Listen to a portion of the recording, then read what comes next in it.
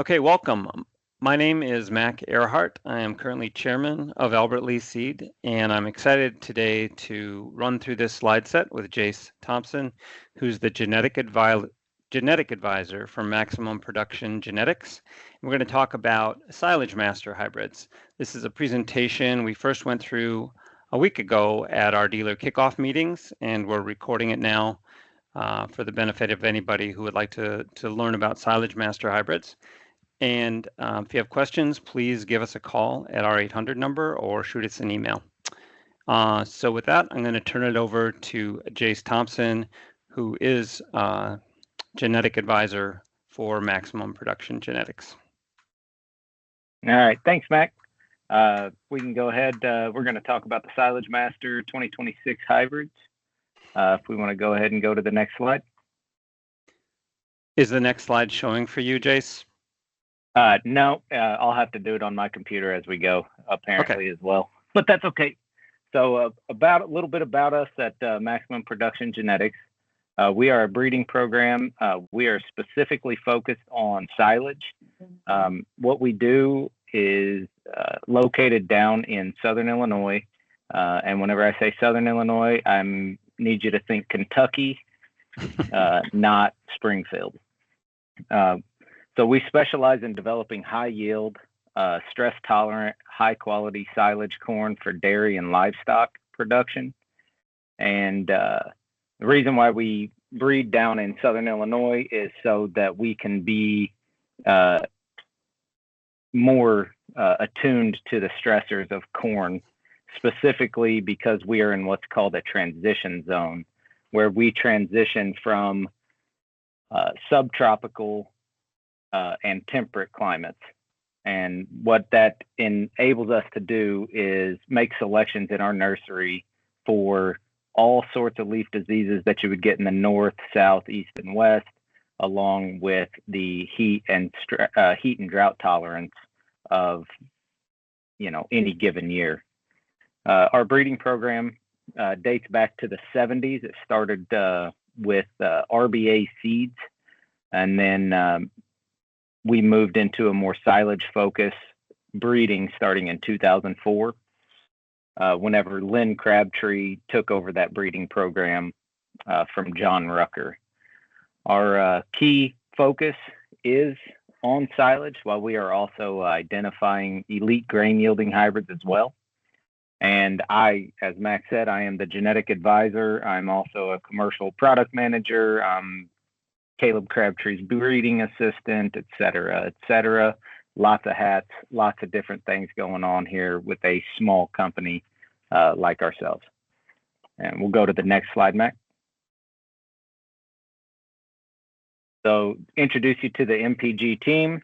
That picture there is of Caleb Crabtree and I standing in front of our nursery there, holding up some corn with some goofy smiles on our face. We were apparently very pleased with ourselves at that particular moment. So Caleb Crabtree there is the one on the left. He is our CEO and also the head plant breeder. Dr. David Orr is our consulting plant breeder. I am the genetic advisor, as said several times already. And then we have Jacob Ellis and Jason Phipps, who I did not have a photo of, otherwise would have put that in here. And they are breeders' assistants. We'll go ahead and move on. So Caleb and I are dedicated, and we're very much of the belief that the difference in corn breeding is made with boots on the ground. We do our hands-on research. We don't wait for the plot data to come in. We go around to every single location. Either Caleb and I will be at every place, or there is Dr. David Orr will also hit every plot as well. We test all of the hybrids that we're developing in 28 different locations. For this year, 2025, we have a little over 1,100 plots, and each and every one of those plots will have a representative of MPG in there, taking evaluations of every hybrid, notating every aspect that we can think of for silage production and grain quality and stress tolerance. We have two different evaluation periods, silage and grain, so we hit a lot of these plots twice. And then one of the things that we make sure to do is we do blind evaluations.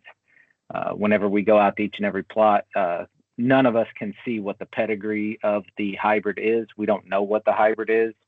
We take it at face value, and then whenever we get back into the office, then we can match our notes with the hybrids themselves. And sometimes we evaluate competitors' hybrids a lot higher than we wish we would have, but that's just the way it goes. I'm glad you said that, because I was going to ask you, because I know that you guys put in competitors from large and small companies in the effort to get to get comparisons with the best available silage products. And so the fact that you're doing this blind and that you sometimes really like your competitors' products says a lot about your company and a lot about the hybrids that you ultimately do release. So I'm glad to hear it. Yeah, we really want to try and mitigate as much confirmation bias as we possibly can. Obviously, we are in love with our own material, otherwise we wouldn't keep doing it. But sometimes, and more often than we would care to admit, most of the time, the competitors' hybrids look great. And I mean, nobody's releasing a commercial hybrid that's not going to be good. So occasionally they look real good. All right. Well, I'm glad to hear it, but I'm sad to hear it. I'll jump into, I don't know if this is really the appropriate place or not. We're going to get, I know Jace is going to get to some data here in a minute, which is what people care about and also how you manage these hybrids, what makes them different. But I just want to say we've been working with Maximum Production Genetics for 4 years now. And the thing that really drew us to them, because there are a lot of different options out there for silage, right? There's some people who think the best silage hybrid is the best grain hybrid. There's some people who think, oh no, it's got to be brown midrib, or it has to be leafy, or there has to be some other special characteristic. And the approach that MPG takes really sold us, especially once you start to see the data, which is that the best silage hybrid is the best silage hybrid. It doesn't, none of the other stuff matters unless it tons out and gives you the quality that you need. So want to get on my soapbox because I'm really excited about the products we're launching from MPG, and I think there's a reason that their program turns out such great hybrids. Yeah. And that's exactly right. A lot of people do believe your best grain hybrid is going to make your best silage hybrid, but that's just not the case. Your best grain hybrid is your best grain hybrid, and your best silage hybrid is your best silage hybrid. They have two very different aspects to them. The qualities between a silage hybrid and a grain hybrid are quite different. For just a quick, for instance, on that note, typically your grain hybrid guys are going to be looking for a lower ear placement. And on silage hybrids, what we want is a higher ear placement because your tonnage in your silage is coming from the ear down. So the lower you place that ear, the less likely you have of a good tunning silage. And then there's a whole lot of other different aspects to it as well that we'll get into. All right. And we can go to the next slide. Gotcha. So a little bit more about our testing at MPG. They're conducted every summer. We do them in Idaho, Minnesota, Wisconsin, Illinois, and Pennsylvania. And these are all third-party locations. These are not on-farm testing. These are not conducted by us. We use third-party testing so that we can, yet again, try and mitigate as much confirmation bias as possible. One of the things in a previous life where we would have dealer plots and we would try to use those for research purposes, a lot of times what we would find out is that in those dealer plots, the dealers would be going out and putting extra nitrogen down on our hybrids. And that's not what we want. We want a fair shake. And like I said, blind evaluations, as much confirmation bias cut out as possible. And then, so we do, like you said, we talked about just a little bit. We do evaluate our hybrids versus competition. Competition includes Syngenta, includes Bayer, Corteva, and then a smattering of independent companies as well. We utilize a proprietary silage performance measurement system that we call the MPG index. That index measures and weighs out digestible fiber, starch content, starch digestibility, and also tonnage to give us an MPG plus yield ranking. And we use that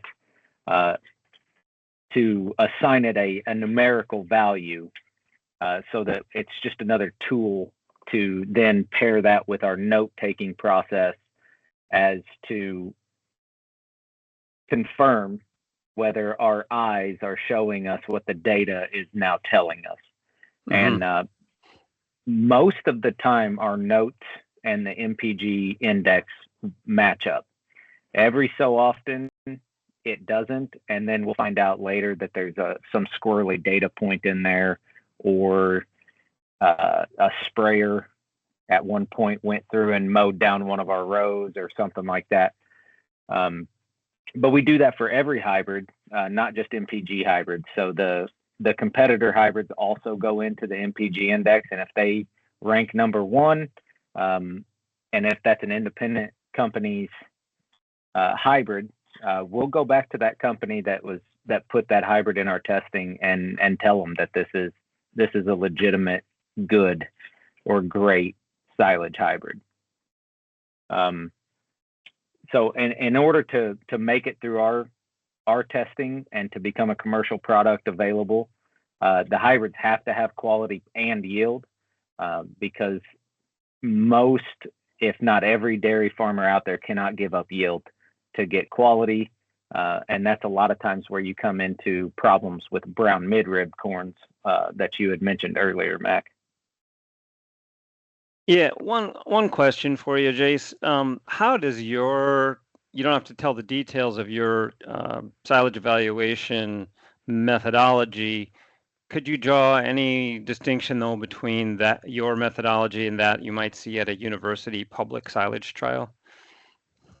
Yeah, so in a university public silage trial, they're going to be weighing out tonnage, dry matter, usually on a dry matter basis, right? And not a wet tonnage basis. We evaluate based on wet tonnage because that's what the farmer is going to evaluate your corn hybrid off of too. Right. They're not going to wait around and do the math on, if it was 69%, would I have gained another or lost half a dry matter ton right. if I would have taken it at 68 type of thing. So we evaluate based on wet tonnage straight out of the field.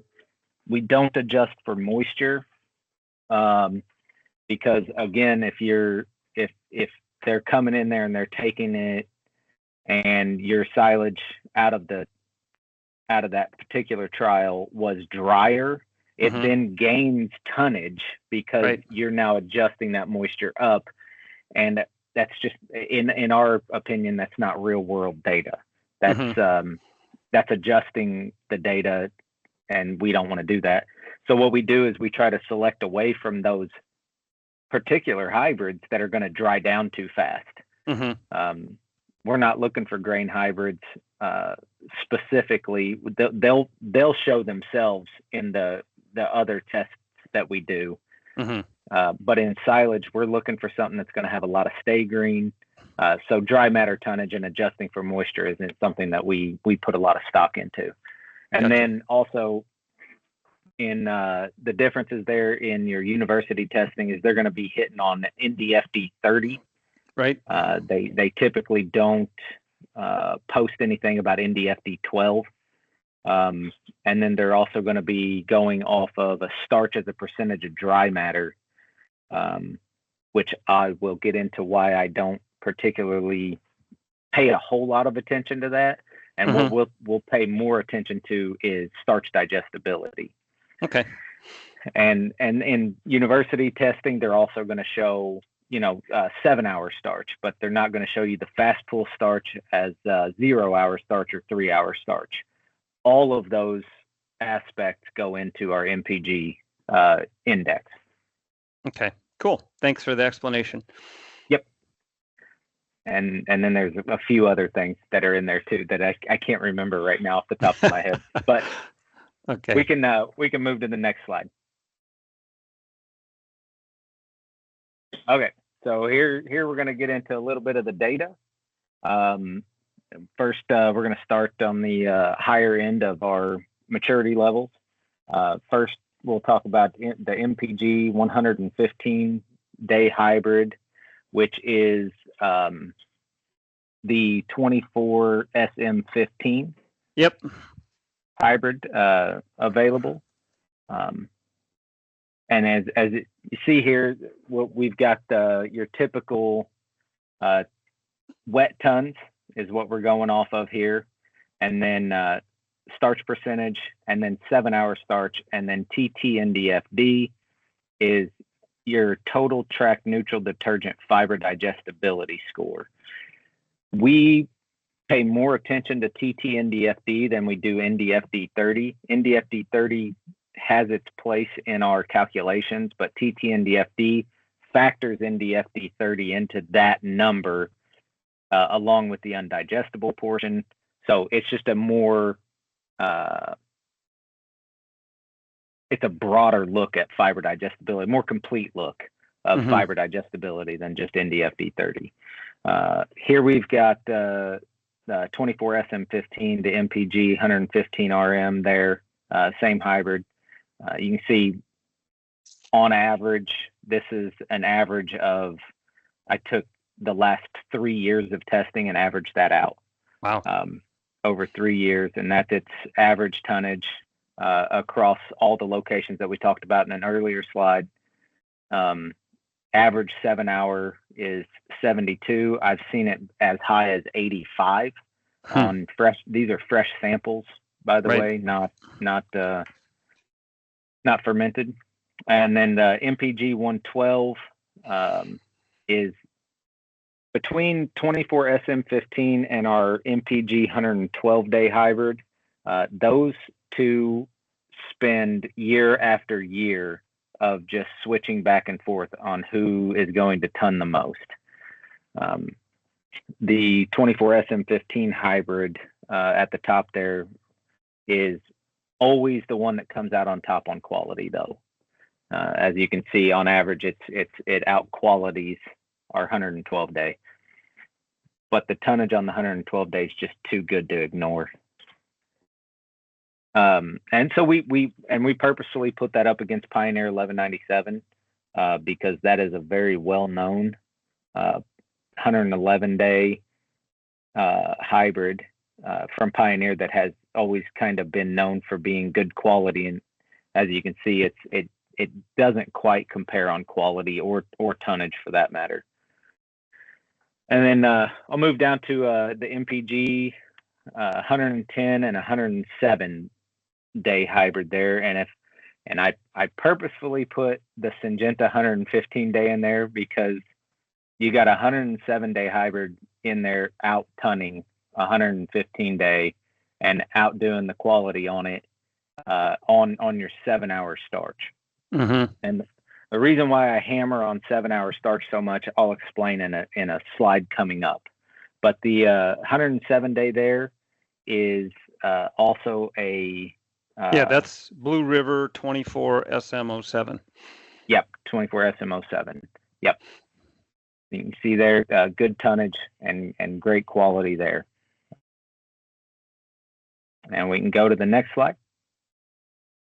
All right, we're going into the 105-day there. Again, you can see tonnage between the two Syngenta competitors. quite a bit of difference. Starch digestibility on 105-day is ranking up there with Syngenta's 109-day. As you typically as you go down lower in maturity, you start losing starch digestibility. It's mostly due with the earlier genetics. They trend more towards being a little less digestible. And then you zoom over to the 105-day fiber digestibility score there, and you can see it's outdoing the 109-day and the 102-day by quite a bit. And then on the seem like bottom, a lot, but yeah, sorry, I jumped ahead on you there, Jace. What you're were you saying? Okay. Well, So I'll then get on into it in the next. Yeah, the bottom comparison, that MPG 98 RM is the new. It's actually not a Blue River hybrid. It's a Viking Rise Up hybrid called 26 SM97. Yep. Which we numbered as a 97-day. Yep. Yeah. Well, the maturities are relative. So that is 26 SM97, right? Yep. And then again, you can see we put it up against two of the best silage hybrids that we've seen in this maturity. One comes out of Corteva, and then the other one was a Dow hybrid. And tonnage was going right neck to neck with a 101-day hybrid. Starch digestibility is 1.5 to a point and a half higher, and then same way with your fiber digestibility. And getting fiber digestibility and starch digestibility in these maturities is difficult, and you'll be hard pressed to find anything hitting these sort of numbers of the 26 SM97 or the Corteva or the Dow. But as you can see, 26 SM97 is just outpacing them just a little bit on digestibility. All right. And next slide. So as I was alluding to, the numbers seem small, the gaps between your 7-hour starch and your TT&DFD scores. So does it really matter? Does 1 or 2% really matter? And so I went ahead and put this slide in here. Each percentage of TT&DFD equates to 0.55 pounds of milk per day per cow. That's based on Oba and Allen, and then Combs research, David Combs's research, based on the energy density of fiber digestibility. And then if you take that 1 percentage point, multiply it, 0.55 pounds of milk per day per cow times 100 cows, that's 55 pounds of milk per day times the 100 weight of the price of milk right now, and which I believe was about $19.65 on average, was what that 0.19 is based on there. And so that's $3,800 a year just for 1 percentage point of extra fiber digestibility. Mm-hmm. And then each percentage point of 7-hour starch digestibility is 0.66 pounds of milk per day. And that's based on the same metabolizable energy of starch as fiber. So fiber is giving you 0.55 at 1.8 mcals per kilogram. 7-hour starch is giving you starch digestibility, is giving you 2.2 mcals per kilogram. So if you take that, multiply it by 100 cows, $4,500. So small percentages in your fiber and starch digestibility can make big differences. And to show you the stark difference between whenever you do have a vast difference between your TT&DFD scores and your 7-hour starch scores, we'll go to the next slide. Got it. So we'll take SilageMaster 24 SM15, and we'll put it up against one of the most known silage hybrids out there, which was Pioneer 1197. 24 SM15 on average. Now this is on average, not on just one single cherry picked silage sample. Was 3 percentage points higher on 7-hour starch than Pioneer 1197. So you take 3, multiply that by 0.66 pounds per day, and you get 1.98 pounds of milk per day. The big jump here is on TT and DFD. Your fiber digestibility was 5 percentage points. So 5 times 0.55 is 2.75 pounds of milk per day per cow.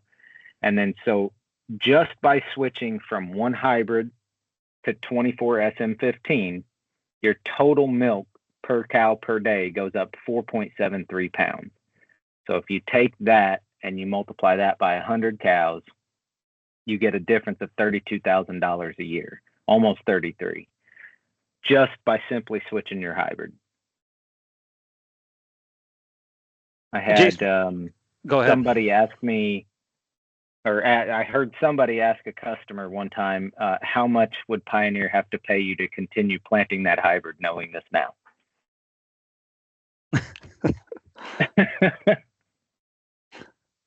What was your question, Mac? I think let's keep going because I don't want to drag this over. There's a lot of things we could dive into here, but nice job explaining how small percentages make big differences in milk production. Okay, so we'll go to the next slide there. Gotcha. So SilageMaster, we've kind of went through what it is and what it's not. So it is corn, but it's different because it is geared specifically towards silage. There's a notable difference in stalk diameter. That picture that is here on this slide was provided by Jake Hansen of Albert Lea. And this was in a plot planted side by side, same population. Your stalk there on the left was a competitor type hybrid, which is more geared towards grain production. And then your 24 SM15 is on the right. You can see the notable difference in stalk diameter. I have a story about this. So we showed this presentation to our dealers, and let's be honest, we're salespeople. We're trying to sell stuff, right? And trying to convince you that this is a good product. And our dealers, they're not all born in Missouri, but they're skeptical people. And so the next day we go out into the plot, and of course 2 of them walk out into the plot, and they don't tell anybody anything. They just walk out into the plot with a pocket knife, and they literally cut down a stalk of 24 SM15, and then they cut down the hybrid next to it just to prove it to themselves. And then they came back out, and that was exactly what they had in their hands. It looked like that. That's funny. I like that. Yeah, I had to cut out back for Southern Illinois on that day. I didn't get to go to the plot. So then the other thing besides stalk diameter is we're also selecting for a higher sugar content so that we can get a more complete fermentation. The way we know if there's a higher sugar content is because of the silage samples that we take on all of the silage plots that we do. That gives us our water soluble sugar content and also our ethanol soluble sugar content. So we can also ensure that we have a more palatable feed, more complete fermentation, and then we aim for a more digestible fiber, which we are getting from that stalk density. Whole plant flex is what we like to call it. We don't just select for an ear flex. We are selecting for whole plant flex. We want the stalk to get bigger, and because of that, we'll say the big no-no in seed sales is that we're going to want you to plant less of this. Actually, we're looking for an increase in milk production, herd health. We want to lower ration input because you get better silage. We are selecting for better stay green, like I talked about it earlier in this presentation, for wider harvest windows, especially important for guys that are using custom choppers who may not be able to get to them in the window of, say, that 4 or 5 days that a lot of these hybrids are going to start drying down real fast, especially the ones that are geared specifically towards grain production. And then more stress tolerant. That comes from our stress breeding, from breeding in Southern Illinois in that transition zone. And then we're looking for higher tonnage, higher quality, so that we can hit all of the markers that every good silage producer needs. Jace, you mentioned it there. Every seed salesman's nightmare. You're telling farmers to plant a lower population. What is your recommended final stand? What's your optimum final stand for SilageMaster hybrids? About 32,000, dependent on soil types. From there, I usually want to know what their normal plant population is, and then I'll try to start backing people down from there. Gotcha. So if someone's on good ground and they're planting 35, 36,000, I'm going to want them to drop down to around 32, which is a big step down for a lot of these guys, and they're going to push back on it typically. So in that case, what I would say is back them off by 5 or 10%. Prove to them the stalk flex, like what you see in this picture. Prove to them that they're not going to lose tonnage. And we've done lots and lots of studies on plant population and full flex hybrids, such as what we're dealing with, and quality along with tonnage. And the magic number is right at in between 30 and 34,000, with 32 being the median. And that's usually where that's where you see your tonnage stays at your optimum level, but then your quality stays at your optimum level.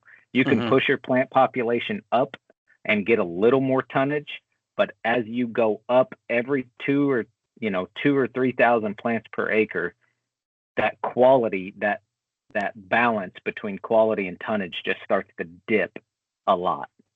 Gotcha. Thank you. Yep. And we'll go to the next slide. And I'll jump in here. Jace can take a drink of water and take a rest. So we have, for the coming year, we have I have 3 SilageMaster hybrids. 2 of them are certified organic, and that'll be the 24 SM07, which is 107 day. The other one is 115 day, called 24 SM15.